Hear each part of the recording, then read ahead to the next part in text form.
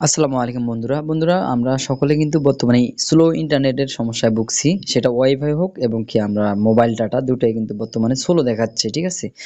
তো যারা ওয়াইফাই ব্যবহার করছি তারা তো মোটামুটি পাচ্ছি, স্পিড তাও তেমন ভালো নয়, ঠিক আছে? ভালো স্পিড নয় এবং কি মোবাইল ডাটা যারা ব্যবহার করছি তারা তো বলতে নাই, খুবই বাজে, ঠিক আছে?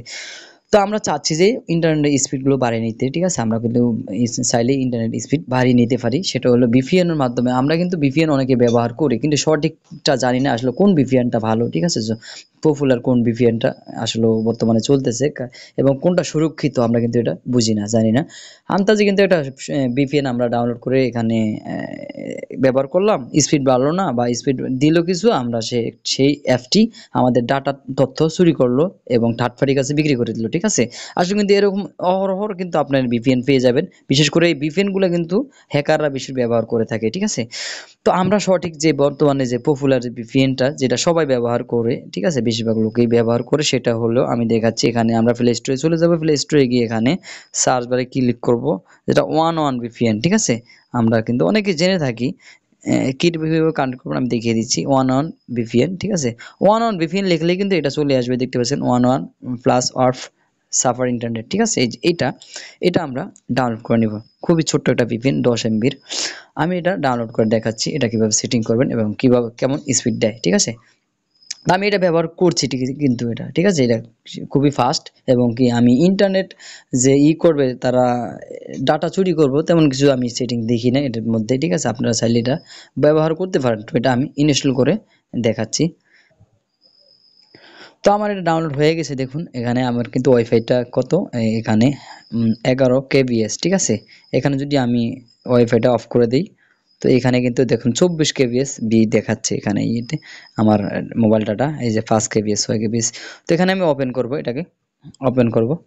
ওপেন করার পর এখানে আমি নেক্সটে ক্লিক করব, নেক্সটে ক্লিক করার পর এই যে অ্যাকসেপ্টে ক্লিক করব। অ্যাকসেপ্টে ক্লিক করার পর ইনস্টল ভিপিএন প্রোফাইল, ওকে, হ্যাঁ, ডান করব। তারপর এখানে দেখতে পাচ্ছেন অ্যালাউ করে দিব, কিছু অ্যালাউ চাচ্ছে, আমরা অ্যালাউ করে দিব। তারপর এইখানে দেখতে পাচ্ছেন আমরা এটাকে কিন্তু ওই যে দেখতে পাচ্ছেন 7 5 এখন কেবি দেখাচ্ছে, আমরা এটাকে এইভাবে টেনে কানেক্ট করে নিব, ঠিক আছে? আমি এটা চেকিং কানেক্টিং হচ্ছে।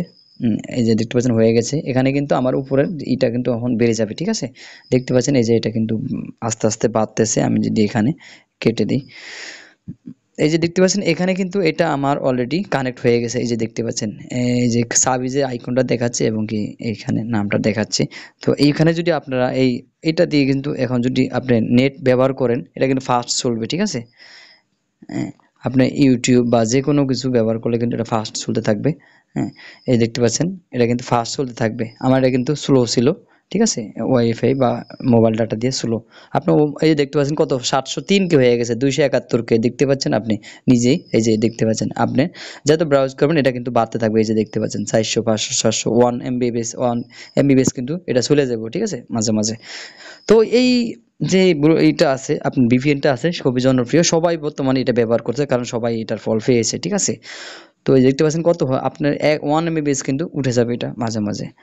তো এই ছিল আজকের ভিডিও। যদি ভালো লাগে থাকে চ্যানেলটি সাবস্ক্রাইব করবেন। আর সবচাইতে বড় কথা হচ্ছে আপনি ভিপিএন ব্যবহার করার চেষ্টা না মানে ব্যবহার না করার চেষ্টা করবেন, ঠিক আছে? কারণ সব ভিপিএন কিন্তু বিশ্বস্ত নয়। আপনি ব্যবহার করলে দেখা গেছে আপনার ডাটা চুরি হয়ে যাবে বা তাদের কোনো ওয়েবসাইটে লগইন থাকবে, এটা মানে আপনি যে কোনো লিঙ্ক মিঙ্ক এটা আসলে এগুলো কিন্তু হ্যাকাররা বেশিরভাগ ব্যবহার করে থাকে। এজন্য আমরা ভিপিএন ব্যবহার না করাই ভালো, ঠিক আছে? তো ভিডিওটি ভালো লাগলে শেয়ার